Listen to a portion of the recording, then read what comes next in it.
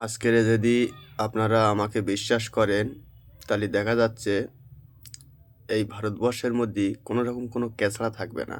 আমি এত জোর গলায় বলতে পারি, আমি একা যদি একটা সাধারণ মানুষ হয়ে যদি আমি এত ঝড় তুলতে পারি, আপনাদের কি একটু সাহস নেই ভিডিওটা শেয়ার করে দেওয়া কিংবা লাইক করে কমেন্টে বলার?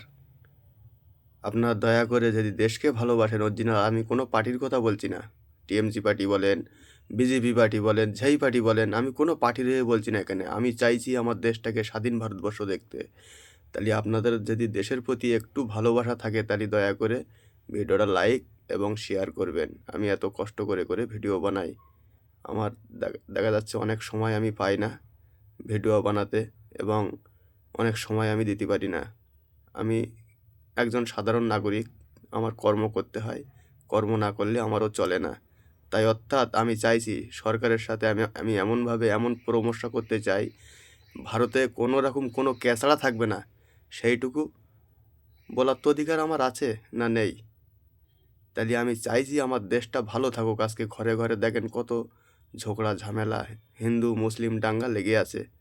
আইন ভুল পথে চলছে, আইন যদি ঠিক পথে চলতো তাহলে মানতাম যে সবই ঠিক আছে। এবং আমি জানি না যে কী ধারা আছে। আজকের দেখেন মাতালটা রোটে উঠে মদ খেয়ে সে কী করছে, সে মাতলামো করছে, কিন্তু লোকে কী ভাববে যে মদ খেয়েছে। আমি বলছি এইটা না, মদ হচ্ছে নেশা করুক, সে তার পয়সা সে করুক, কিন্তু তার পায়ের জুতো খুলে যাবে না। দেখা যাচ্ছে সে মদ খেয়ে পয়সা ভুল করে ফেলে দেবে না, পকেট থেকে ফোন পড়ে যাবে না, সে ভিআইপি রোডের উপরে গিয়ে মাতলামো করতে পারবে না। তাহলে তাকে কি করা হবে? তাকে তার জন্য শাস্তি আছে, আইনি ব্যবস্থা নিতে হবে। এর জন্য কোনো আইন তৈরি করেছে কি আমি জানি না, তবে আমার তো যতটা ধারণা যে এরকম বিষয়ে কিছু আইন তৈরি করা ভালো। কেননা আজকাল যা সাধারণ মানুষের উপরে যা অত্যাচার করছে, এবং একটা পুলিশের কাছে যদি এক্ষুনি আমি ফোন করি কোনো একটা বিষয়, পুলিশ কী করবে? মন্ত্রীকে ফোন করবে, এমএলএকে ফোন করবে, কে নেতা আছে তাকে ফোন করবে, করে আমার কাছে আসবে, নইলে আসবে না।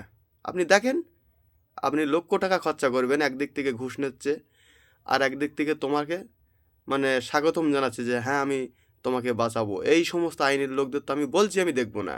আমি কথা দিচ্ছি আপনাদের, আপনারা যদি সেই ভরসা করেন আমাকে, দয়া করে কথাগুলো শেষ পর্যন্ত শুনবেন। শুনে যদি আপনাদের ভালো লাগে, লাইক শেয়ার অবশ্যই করবেন। প্লিজ মনে কিছু করবেন না, আমি ভিডিও বেশি বাড়াতে পারছি না। এস্তেক বলে আমি আমার বক্তব্য শেষ করলাম, এবং আসছি আগামী দিনে পরবর্তী কোনো ভিডিও নিয়ে আপনাদেরকে বলার জন্য। আমি আবার আসছি। জয় হিন্দ, জয় বাংলা, বন্দে মাতরম। ভালো থাকবেন সবাই, আশা করি আমার জন্য দোয়া করবেন।